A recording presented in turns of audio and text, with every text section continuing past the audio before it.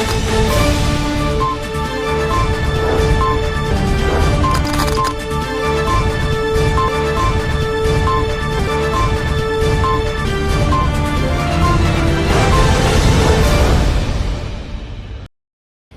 दर्शक मित्रों, दमन न्यूज में आपका स्वागत है।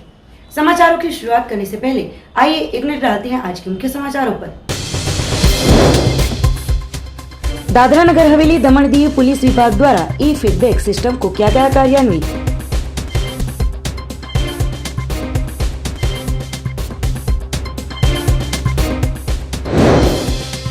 पार्डी नेशनल हाईवे पर डिवाइडर पर रिफ्लेक्टर के अभाव से चलते एक कार का हुआ था अकस्मात।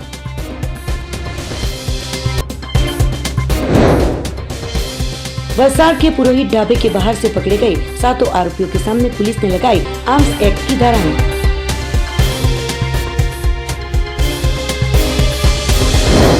अब समाचार विस्तार से। संघ प्रदेश दादरा नगर हवेली एवं दमन दीव पुलिस विभाग द्वारा ई फीडबैक सिस्टम किया गया लॉन्च।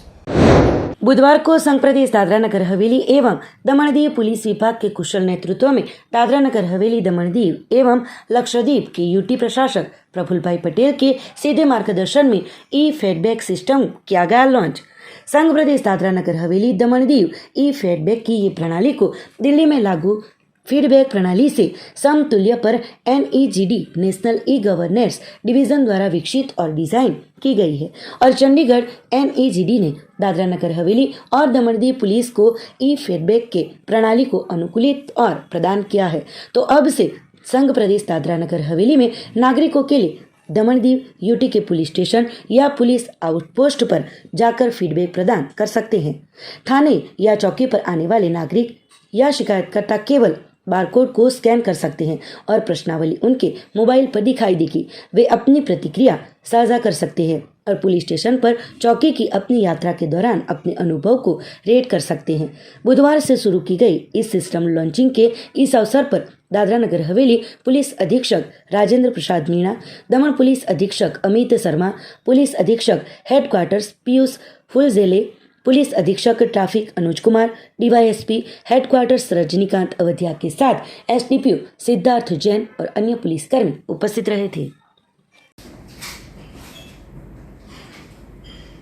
ये सर प्रोसेस है सर, नाम और मोबाइल नंबर डाल के वो एंटर सबमिट पेपरलेस सिस्टम है सर। और सर मेन बेनिफिट सर इसमें एनालिसिस के लिए अच्छा रहेगा सर। पुलिस डिपार्टमेंट के लिए डैशबोर्ड है।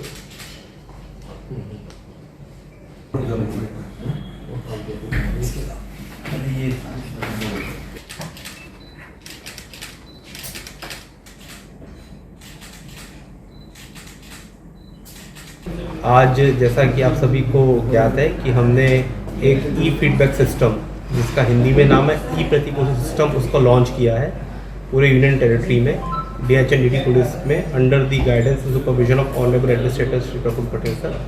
एंड ये जो फीडबैक सिस्टम है ये बहुत ही आसान रूप में भरा जा सकता है।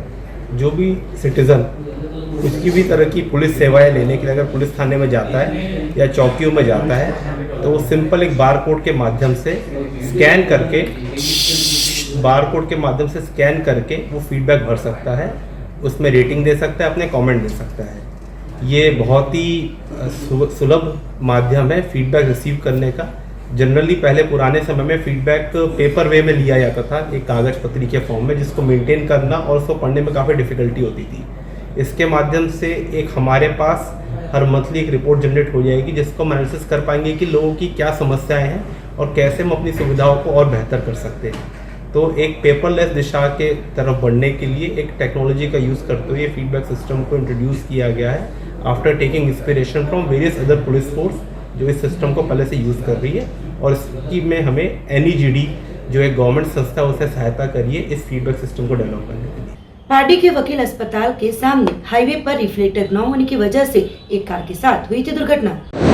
पार्डी नेशनल हाईवे नंबर 48 पर वकील अस्पताल के सामने डिवाइडर पर रिफ्लेक्टर न हो कई बार दुर्घटनाएं घटित होती रहती है।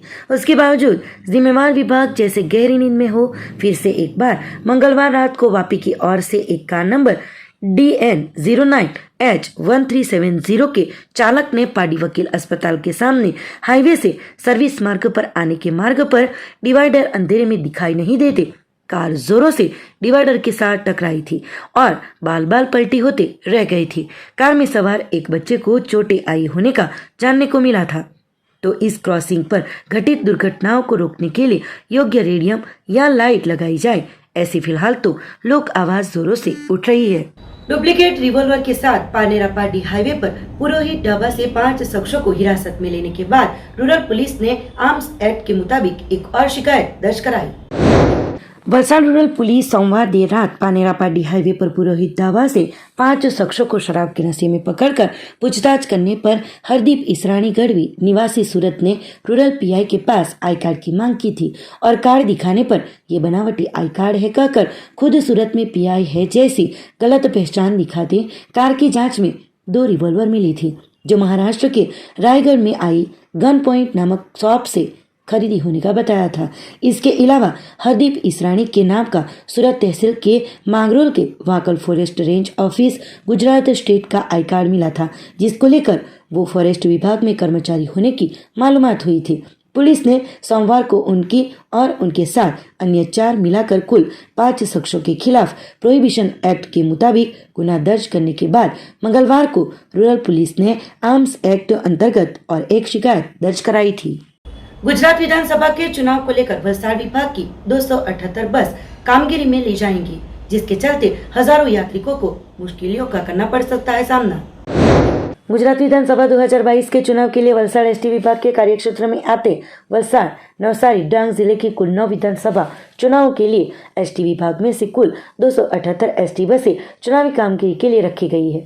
चुनावी आयोग के कार्यक्रम के मुताबिक हर एक जिलों में से विधानसभा के चुनाव के लिए वाहन दिए जाते हो वलसाड एसटी विभाग द्वारा भी बसें कामगिरी में लगेंगी, जिसकी वजह से आने वाले 30 नवंबर और मतदान के दिन 1 दिसंबर मिलाकर 2 दिन वलसाड सहित जिले के एसटी यात्रियों के हालात बिगड़ेंगे। एसटी निगम की 4500 से ज्यादा बसों को कैजुअल कॉन्ट्रैक्ट से रोकी गई है, तो ये सभी बसें दिनांक 30 नवंबर और 1 दिसंबर और उत्तर गुजरात में दूसरे चरण के चुनाव में 4 और 5 दिसंबर के रोज व्यस्त होंगी।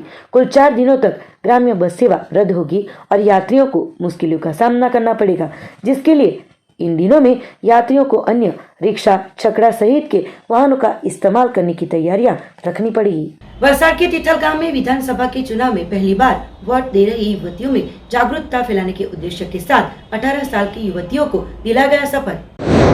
वलसाड विधानसभा क्षेत्र के अंदर ज्यादा से ज्यादा लोग मतदान करें, इसी उद्देश्य के साथ बुधवार को वलसाड चुनाव प्रशासन द्वारा 18 साल पूर्ण किए गए ऐसी युवतियों जो अपने मताधिकार का इस बार पहली बार इस्तेमाल करेंगी, जिनको आंगनवाड़ी कर्मचारियों द्वारा मतदान करने के लिए प्रेरित करने के लिए शपथ दिलवाई गई थी। तिथल स्थित आयोजित इस कार्यक्रम में बड़ी संख्या में 18 साल पूर्ण किए गए हो ऐसे युवा मतदान करेंगे, जिसकी शपथ ली गई थी।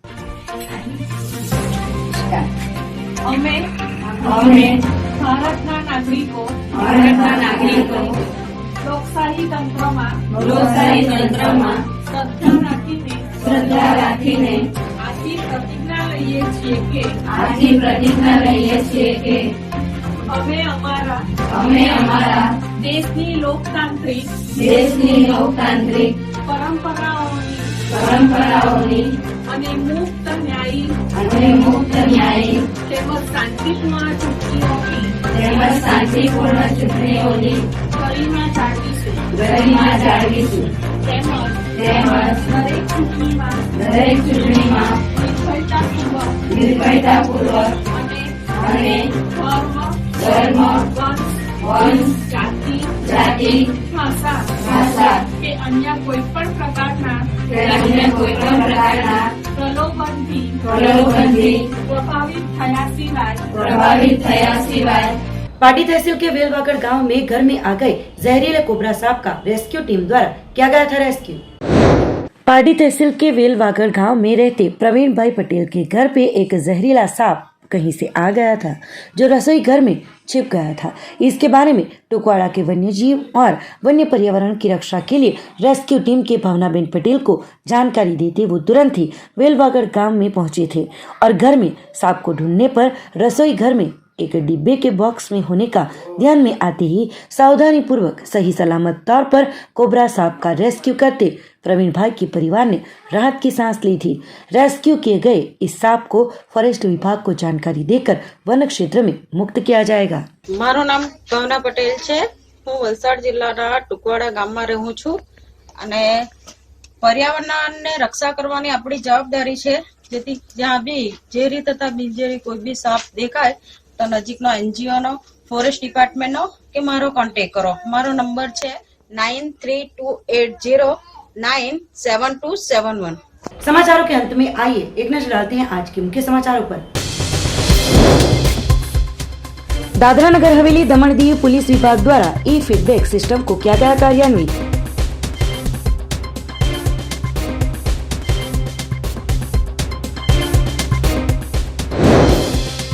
पार्डी नेशनल हाईवे पर डिवाइडर पर रिफ्लेक्टर के अभाव से चलते एक कार का हुआ था अकस्मात।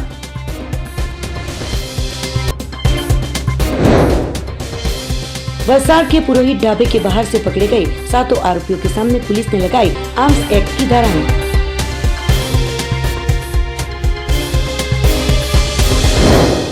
तो ये थे अब तक के दमन न्यूज के समाचार। नए समाचार नई घटना आपके साथ देखते रहिए दमन न्यूज।